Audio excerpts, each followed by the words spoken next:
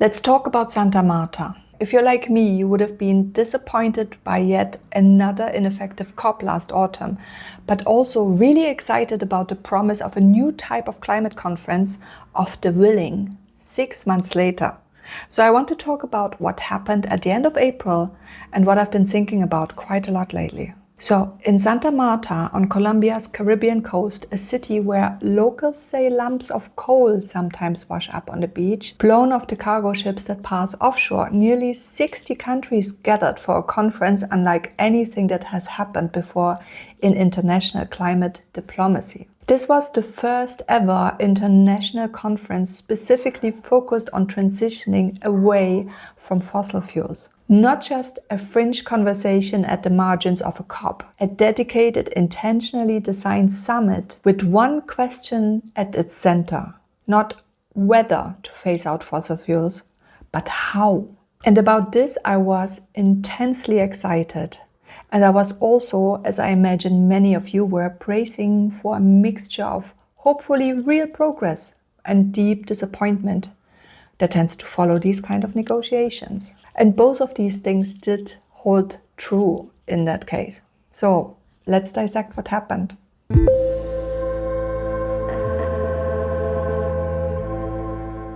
So to understand why Santa Marta matters, we need to understand what it was born out of. Frustration. Frustration with the United Nations COP process, especially with its consensus mechanism, the same mechanism that allows that any country, including major fossil fuel producers, can slow or block progress. And we have seen this play out over and over at every COP. A handful of petrostate delegations with deep pockets and entrenched interests hold the power to water down the language that the rest of the world agrees on. So Santa Marta was designed as a deliberate workaround, a coalition of the willing. It was co-hosted by Colombia and the Netherlands after COP30 frustrations boiled over, and it brought together 56 countries alongside the EU, scientists, indigenous groups, youth movements, and civil society organizations. And the best and most important part was that the major fossil fuel producers were not invited. China, India, the United States, Saudi Arabia, Indonesia, all absent on purpose. The organizers logically believed that excluding the most obstructive actors in this initial phase would allow for more honest, productive conversations. And by most accounts, that's exactly what happened. The atmosphere was described by attendants as more open, more human, more constructive than anything typically seen in formal COP negotiations. So how did they do that? They had small discussion groups. They formed inner and outer circles, mandatory listening, no laptops, Chatham House rules, which I didn't realize COP was not held under. People actually talk to each other and they listen to each other as well. Imagine that. So what actually came out of it? 3 major work streams were established: building international fossil fuel transition roadmaps, reforming trade around carbon-intensive goods, and financing the net zero transition fairly. Also, France published its fossil fuel phase-out plan. The Netherlands committed to coordinating global tracking of fossil fuel subsidies, and Colombia received a bespoke transition roadmap developed directly by scientists. And the science element deserves particular attention because it was quite unusual. Scientists or academics held a pre-conference, produced direct recommendations, and handed negotiators actionable briefing documents. Unlike the IPCC process, which by design avoids explicit policy recommendations, the scientists at Santa Marta were free to say clearly, no new fossil fuel extraction, aggressive methane reduction, faster phase-outs, full stop. And isn't that great and shockingly obvious? And the next summit is already planned in Tuvalu, co-hosted with Ireland, hosting the talks at a Pacific island nation that faces being submerged within decades. That symbolism is so in your face, and it is meant to be. So overall, on paper, this sounds like a strong start. A new model of climate governance which is action-oriented, science-led and participatory. What The Guardian called a COP reform outside a COP. And I mean it when I say I find this exciting and promising.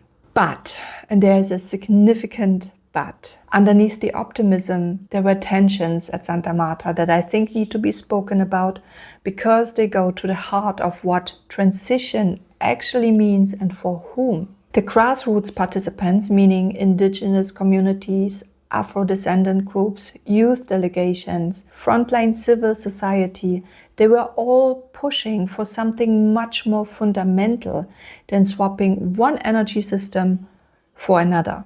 They were asking questions about food systems, land ownership, colonial power structures, and who bears the cost of a transition that was designed by the institutions that still benefit from the current system. Something else to note is that a 10-year-old Colombian child delegate received the only standing ovation of the conference. And that tells you something about where the moral clarity was concentrated. What's more is that a newly announced scientific expert panel attracted significant criticism for being dominated by economists and climate modelers, for lacking transparency and for appearing to lean toward carbon removal and carbon pricing mechanisms. And that's an important one to note because those approaches can imply continued fossil fuel use rather than genuine phase out.